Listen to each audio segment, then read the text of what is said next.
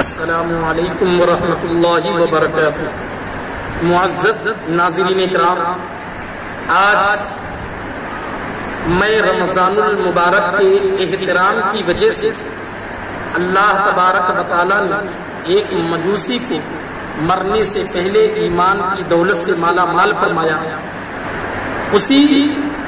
یعنی رمضان المبارک کے احترام کی اہمیت پر کچھ باتیں بتاتے ہوئے کہ رمضان المبارک کے اہمیت کا جو انعام ہے وہ کتنا بڑا ہوتا ہے۔ اللہ تبارک و تعالیٰ قرآن کریم میں ارشاد فرماتا ہے، یا ایھا الذین آمنوا کتب علیکم الصیام کما کتب علی الذین من قبلکم لعلکم تتقون۔ اے ایمان والو، تم پر روزے فرض کیے گئے جیسا کہ تم سے پہلے والوں پر فرض کیے گئے، تاکہ تم متقی اور پرہیزگار ہو جاؤ، تاکہ تم تقوی شعار ہو جاؤ، ایک اچھے انسان بن جاؤ۔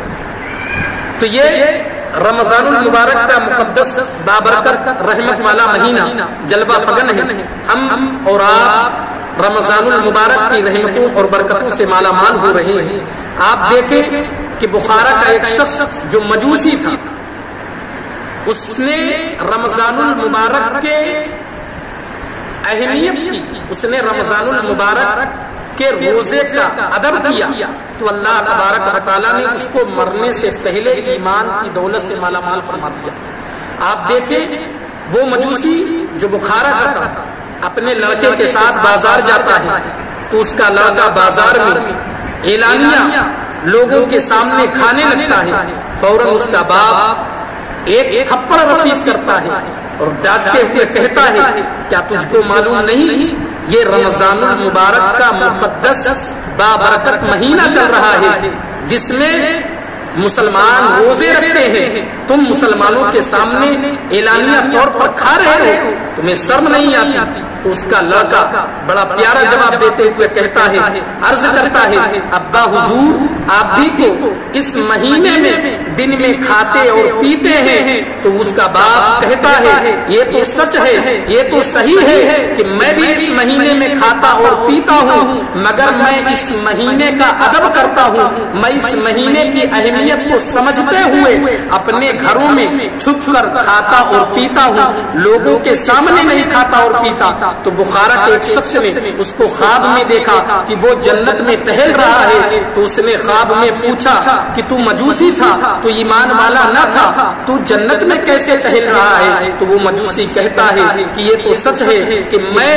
ایمان والا نہ تھا، مگر اللہ تبارک و تعالیٰ نے مجھے مرنے سے پہلے رمضان کے ادب کرنے کی وجہ سے اللہ تبارک و تعالیٰ نے مجھ کو ایمان کی دولت سے مالا مال فرما دیا۔ میں نے رمضان المبارک کے روزے کی اہمیت کو سمجھا، میں نے رمضان المبارک کے روزے کا ادب کرتے ہوئے میں نے کبھی لوگوں کے سامنے کھایا اور پیا نہیں، اس وجہ سے اللہ تبارک و تعالیٰ نے مجھ کو یہ انعام دیا کہ مرنے سے پہلے مجھ کو ایمان کی دولت سے مالا مال فرما دیا۔ تو اس کے ذریعے میں پیغام دینا چاہتا ہوں اپنے قوم مسلم کو، اپنے نوجوانوں کو جو آج اعلانیہ طور پر اس رمضان المبارک کے بابرکت مہینے میں روزے داروں کے سامنے وہ دھڑلے سے، وہ بڑے بے باکی سے وہ گٹکے کھاتے ہوئے نظر آتے ہیں، وہ پانی پیتے ہوئے نظر آتے ہیں، کم از کم خود یہ فکر نہیں ہوتی کہ لوگ کیا کہیں گے، وہ روزے داروں کے سامنے کھاتے اور پیتے ہیں۔ آپ دیکھو اس مجوسی نے اس مہینے کا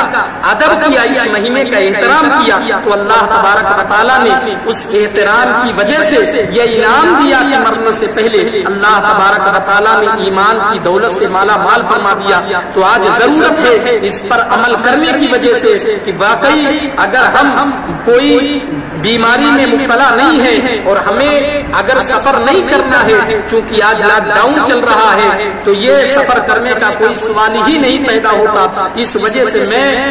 گزارش کرنا چاہتا ہوں، میں یہ پیغام پہنچانا چاہتا ہوں کہ ہمارے لیے کوئی عذر شرعی بھی نہیں ہے۔ اگر ہم واقعی کسی مرض میں مبتلا نہیں ہیں تو ہمارے لیے عذر شرعی ختم ہو گیا۔ تو ہمیں چاہیے کہ اس لاک ڈاؤن میں اور رمضان المبارک کے بابرکت مہینے میں ہم اپنے گھروں میں رہ کر کے رمضان المبارک